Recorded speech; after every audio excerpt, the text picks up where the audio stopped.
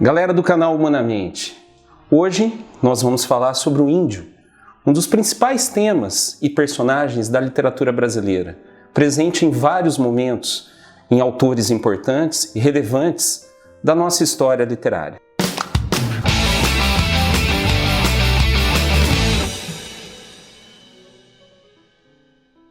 O primeiro texto produzido na literatura brasileira, A Carta do Descobrimento de Pero Vaz de Caminha, já traz a figura do índio como um dos seus elementos principais, as primeiras impressões que os colonizadores tiveram a chegar nessa nova terra. Então, desde os primórdios da nossa literatura, antes propriamente de haver uma escrita artística e literária, já havia registros dos costumes, da religiosidade, dos principais traços da cultura indígena em nosso país. Porém, o índio vai ganhar realmente destaque no processo de independência brasileira. A escola romântica, o chamado romantismo, no início do século XIX, vai procurar alçar o índio à condição de herói nacional. Esse é um assunto polêmico. O fato é o seguinte: com o processo de independência política, houve a necessidade dos autores brasileiros e artistas de outras áreas também, da construção de uma identidade nacional. Um processo de afirmação do nosso nacionalismo, um afastamento do passado colonialista português. O Brasil, agora uma nação independente, necessitava, por meio da arte, da literatura, da pintura, a expressão de um personagem que representasse todo o nosso passado histórico. Os escritores românticos, portanto, recorreram à figura do índio, no sentido de criar um elemento mítico, não necessariamente comprometido com a realidade, mas algo que representasse sentimentalmente, emocionalmente, que é a principal característica do romantismo, as nossas raízes culturais.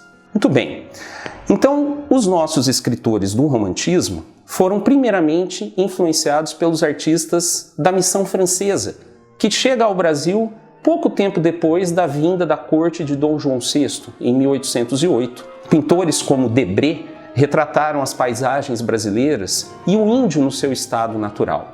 Entretanto, o romantismo precisou alçar o índio à condição maior do que um personagem nativo ou histórico. Criou-se, então, um modelo idealizado do indígena, como um guerreiro bravo, valente, que representasse um suposto passado heróico, que nós sabemos não é real, já que um índio não foi herói, e sim vítima de todo o processo da colonização.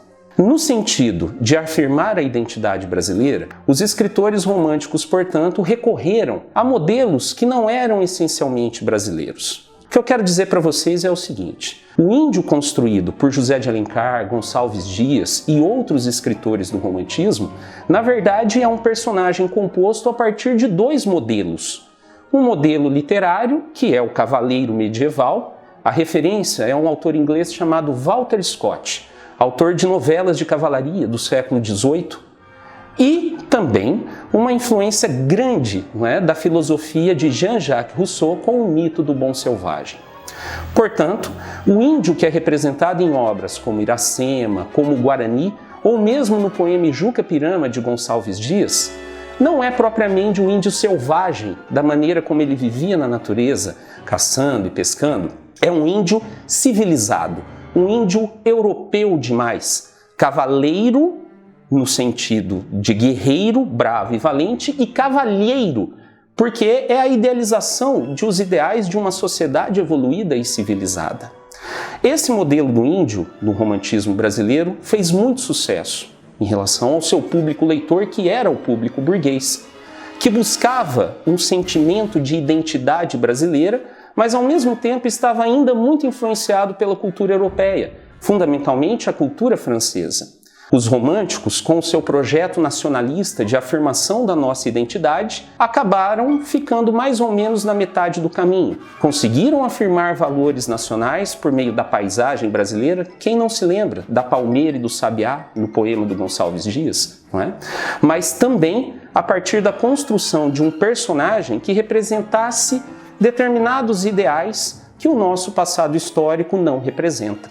Esse modelo do índio romântico conseguiu se propagar e se perpetuar até pouco depois da metade do século XIX, quando a literatura realista começa a se voltar para outros elementos da nossa sociedade, da nossa realidade. O projeto nacionalista, então, dos românticos foi que fez meio sucesso, podemos dizer assim, né? Foi importante para a afirmação dos valores brasileiros, da nossa linguagem, da nossa cultura, mas ao mesmo tempo fugiu demais do que era o verdadeiro índio selvagem. Muito bem, esse projeto nacionalista não foi esquecido. Apesar da superação da literatura romântica, ele foi resgatado pelos modernistas no início do século XX. Autores como Mário de Andrade, em Macunaíma, e Oswald de Andrade, num livro chamado Pau-Brasil, de poesia, resgataram a figura do índio, mas não mais da forma idealizada como fizeram os escritores românticos.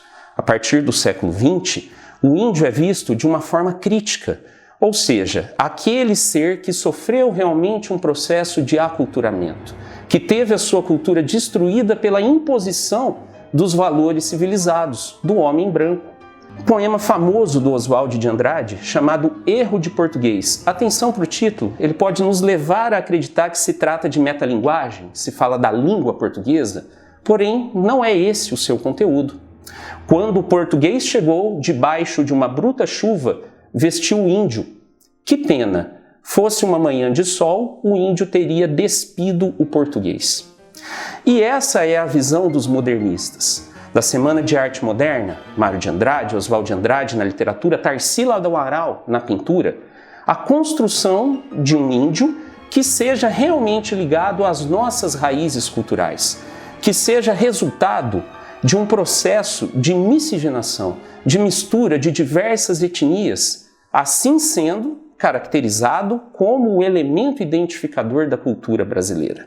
O índio, portanto, é um elemento essencial na construção da nossa identidade literária e artística ao longo de todos esses séculos da história brasileira, desde o início da colonização até a modernidade.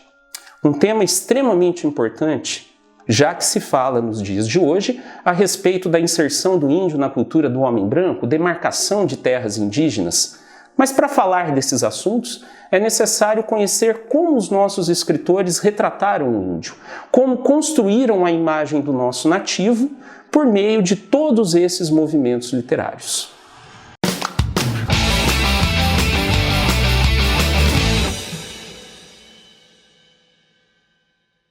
Valeu?